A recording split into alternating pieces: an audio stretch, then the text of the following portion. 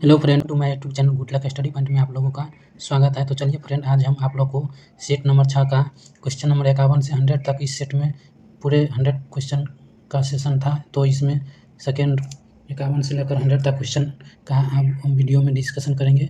तो वीडियो में शुरू से अंत तक बने रहिएगा।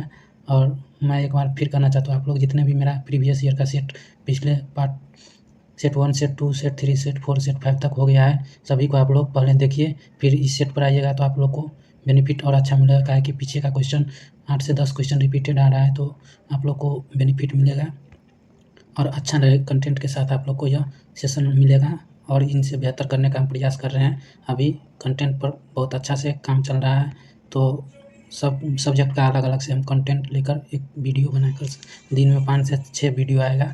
अभी फ़िलहाल 2 ही सेट दे रहे हैं, एक सुबह में एक शाम में सेट दे रहे हैं।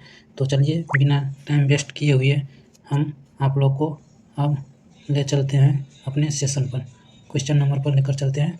तो क्वेश्चन नंबर 51 नंबर है, शुंग वंश शासकों की राजधानी कहाँ थी?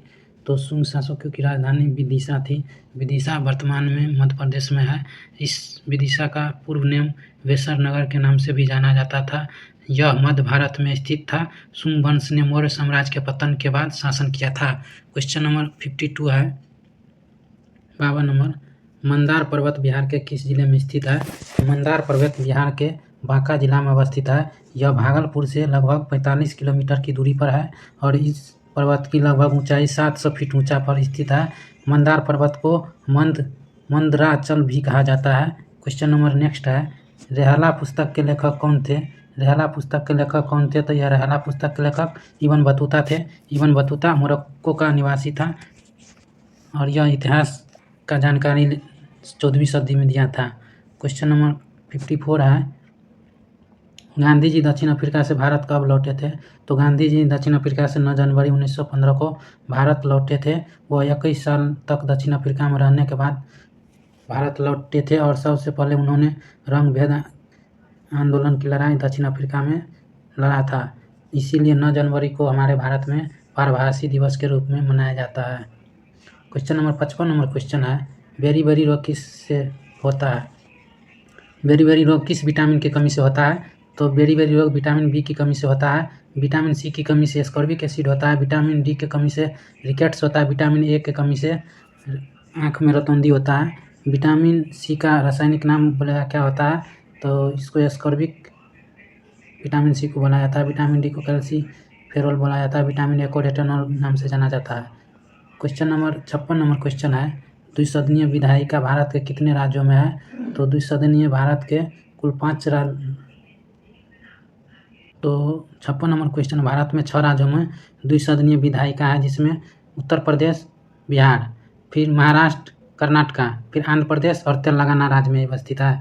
क्वेश्चन नंबर 57 है, आँख पर कौन सा प्रतिबिंब बनता है? तो आँख पर वास्तविक और उल्टा प्रतिबिंब बनता है। और रेटिना जो है प्रकाश की किरणों को केंद्रित होने से यह प्रतिबिंब बनाता है। मस्तिष्क पर प्रतिबिंब सीधा बनता है, मस्तिष्क जिसे उल्टा प्रतिबिंब करके दिखाता है। क्वेश्चन नंबर 58 है, आधुनिक आवर्त सारणी का प्रतिपादन किसने किया था? तो आधुनिक आवर्त सारणी का प्रतिपादन मोसले के द्वारा दिया गया था। डोबे राइनर ने त्रिक नियम दिया था। मेंडलीफ जो था, यह परमाणु भार के आधार पर आवर्त सारणी को सजाया था। क्वेश्चन नंबर 59 है, भारी जल का प्रयोग किया जाता है? तो न्यूक्लियर रिएक्टर में किया जाता है भारी जल का उपयोग। भारी जल को ड्यूटेरियम ऑक्साइड के नाम से भी जाना जाता है। यह न्यूट्रॉन को धीमी करने में मदद करता है भारी जल, और जिससे संलयन की प्रक्रिया को नियंत्रित करता है।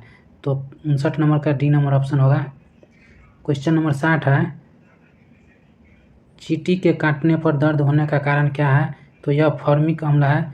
चींटी के काटने से फॉर्मिक अम्ल शरीर में के अंदर प्रवेश कर जाता है और वहाँ हमको दर्द जैसे महसूस होने लगता है।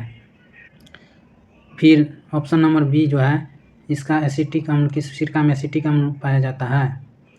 क्वेश्चन नंबर 56 नंबर क्वेश्चन है, क्वेश्चन नंबर 61 नंबर क्वेश्चन है, नेचुरलियस हिस्टोरिका लेखक कौन थे? नेचुरली हिस्टोरिका के लेखक कौन थे? तो नेचुरल हिस्टोरिका के लेखक फिलिनी थे, फिलिनी। तो option number A number option होगा। यह क्वेश्चन बहुत ही इंपॉर्टेंट है, इस क्वेश्चन को हम स्टार लगाते हैं। क्वेश्चन नंबर 62 नंबर क्वेश्चन है, मोहनजोदड़ो किस नदी के तट पर अवस्थित था? तो मोहनजोदड़ो सिंधु नदी के तट पर अवस्थित था, जो लगभग 2600 ईसा पूर्व में बनाया गया था।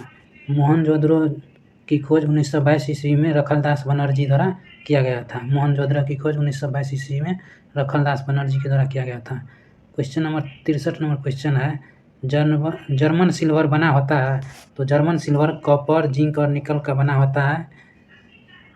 यह दिखने में चांदी की तरह लगता है, लेकिन इसमें असली चांदी का गुण नहीं पाया जाता है। क्वेश्चन नंबर 64 नंबर क्वेश्चन है, लार में पाए जाने वाला एंजाइम कौन सा है? तो लार में पाए जाने वाला एंजाइम लाइसोजाइम एंजाइम है।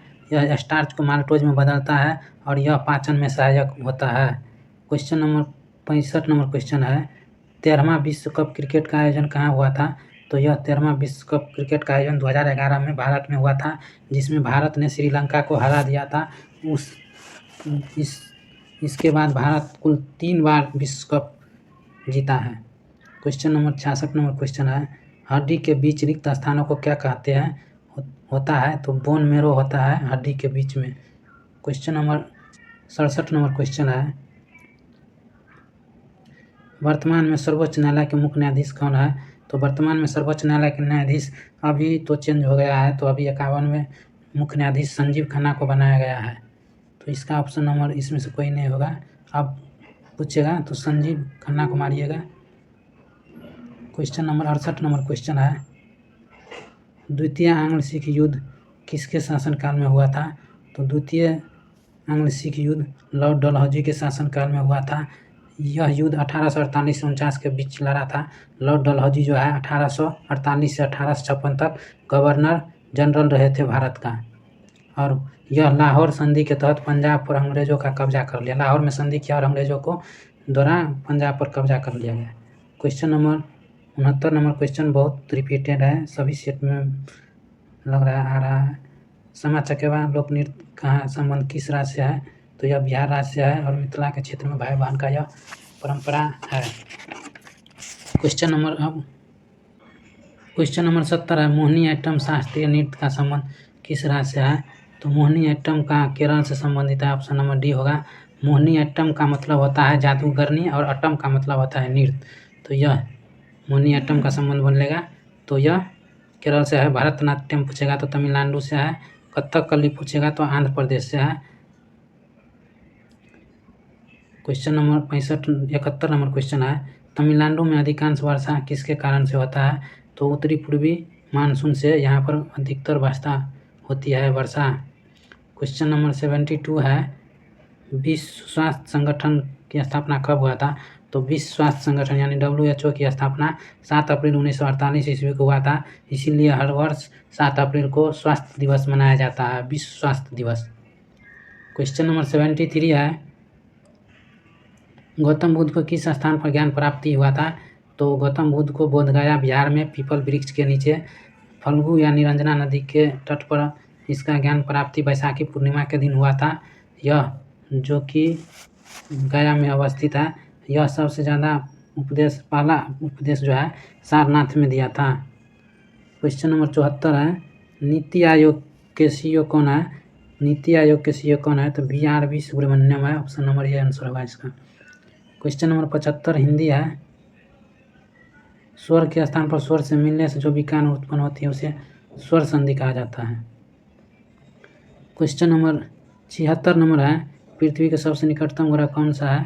तो पृथ्वी के सबसे निकटतम ग्रह शुक्र ग्रह है। पृथ्वी का शुक्र ग्रह, इसको भोर का तारा, सांझ का तारा, भैगना भैगनी जितना भी है सब शुक्र ग्रह को कहा जाता है। शुक्र ग्रह को लाल गर्म ग्रह भी कहा जाता है। मंगल ग्रह को लाल ग्रह कहा जाता है। मंगल ग्रह के 2 ग्रह है, फोमस और Deimos. Question number 77 number question है, ऑपरेशन फ्लड का संबंध किससे है? तो ऑपरेशन फ्लड का संबंध दुग्ध उत्पाद से है। यह कार्यक्रम साल 1970 में शुरू किया गया था। इसके नेतृत्वकर्ता डॉक्टर वर्गीज कुरियन को माना जाता है भारत में। क्वेश्चन नंबर 78 है, बिहार का राजकीय पुष्प कौन सा है? तो बिहार का राजकीय पुष्प गेंदा है। वर्ष 2013 में इसे बिहार का राजकीय पुष्प घोषित किया गया है। क्वेश्चन नंबर 79 है, लोहा का शुद्धतम रूप कौन सा होता है? तो लोहे का शुद्धतम रूप पिटवा लोहा होता है।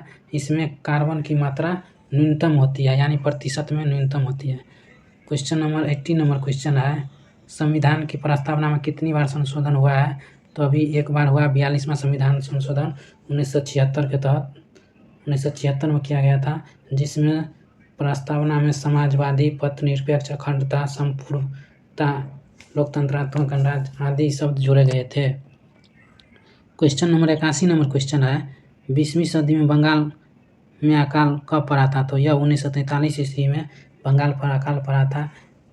यह ब्रिटिश नीतियों के कारण हुआ था। इस अकाल में लाखों लोगों की मौत हुआ और यह द्वितीय विश्व युद्ध के दौरान यह अकाल पड़ा था।